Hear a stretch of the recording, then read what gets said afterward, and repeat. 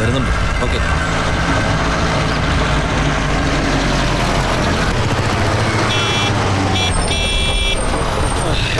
അമ്മേ ഈശ്വര.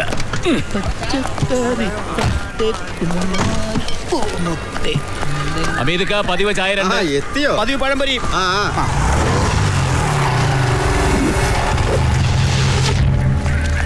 പഴംപൊരി അല്ല, അതേതോ പഴയ പൊരിയാ.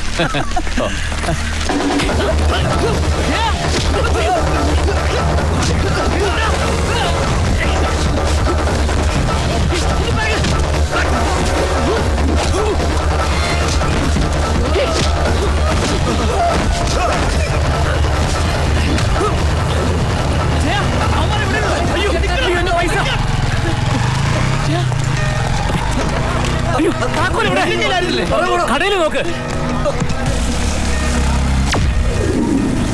ഇനിയിപ്പോ എന്ത് ചെയ്യും? എനിക്കൊന്നും അറിയില്ല.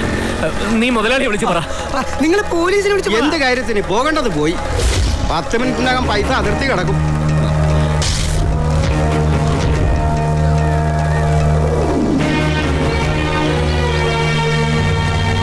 അതെ, നമുക്ക് ആദ്യം മുതലാളിയായിട്ട് പോലീസ് സ്റ്റേഷൻ വരെ ഒന്ന് പോവാം. അല്ലാതെ ഞാൻ ആലോചിച്ചിട്ട് വേറെ വഴിയൊന്നും കാണുന്നില്ല. നീ ഇങ്ങനെ ടെൻഷൻ അടിക്കാതെ. മുതലാളി എന്തെങ്കിലും ഒരു വഴി പറഞ്ഞില്ല. മുതലാളി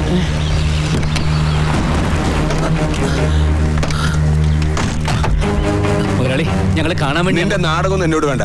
മര്യാദയ്ക്ക് എന്റെ കാശ് തിരിച്ച, അല്ലെങ്കിൽ സദാനന്ദൻ ആരാണെന്ന് നീ അറിയും. ഞാൻ പറഞ്ഞില്ലേ ആദ്യം അപകടമാണെന്ന്. ഇത് ഒത്തുകളിയാ.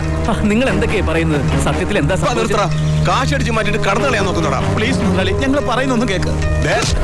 പ്രതിയും കൂട്ടുപ്രതിയും മോഷണക്കേസിൽ അകത്താവും. പറ, കാശ് എവിടേക്കാ കടത്തിയത്? കൂട്ടുകള്ളന്മാരെ തിരിച്ചു വിളിച്ച് മര്യാദയ്ക്ക് ആ 10 ലക്ഷം തിരിച്ചു കൊണ്ടുവരാൻ പറ.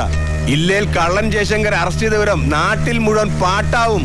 അത് പിന്നെ മുതലാളി, എനിക്ക് കുറച്ച് സാവകാശം. കുറച്ച് സാവകാശം? നാളെ തന്നെ കാശ് കിട്ടണം. ഇല്ലെങ്കിൽ പെങ്ങടെ കല്യാണമല്ല, നിന്റെ ശവടക്കായിരിക്കും അവിടെ നടക്കുക.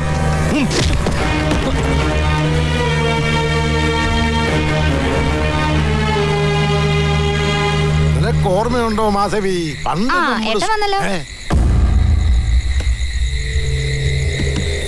എന്താ എന്താ ഏട്ടാ? എന്താടാ നീ വല്ലാണ്ടിരിക്കുന്നേ? ഇതിനും മാത്രം എന്ത് ചോദിക്കാനിരിക്കുന്നു? കാശ്, പണം, എന്തിനും പണം വേണം. ഞാനൊരു തുക പറയാം. സെന്റിന് ഒരു 10,000. ഇറങ്ങി പോകുന്നുണ്ട്. ഏട്ടാ എന്താ ഏട്ടാ പറ്റിയത്? ഒന്നുമില്ല. ഇന്ന് കുറച്ച് ജോലി കൂടുതലായിരുന്നു.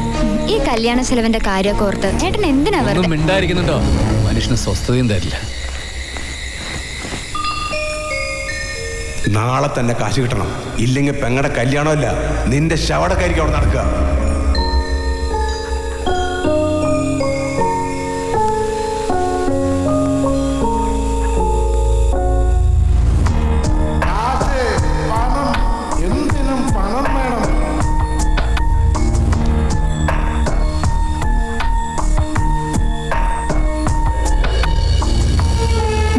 സേതുവിനെ പോയി കാണാൻ.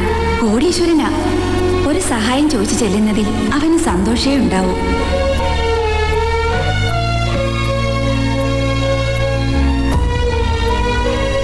അവന്റെ ബിസിനസ്സിൽ കോടികളാ വന്നു മറിയുന്നത്. നമ്മളൊരു സഹായം ചോദിക്കാൻ കാത്തിരിക്കാവൂ അവൻ.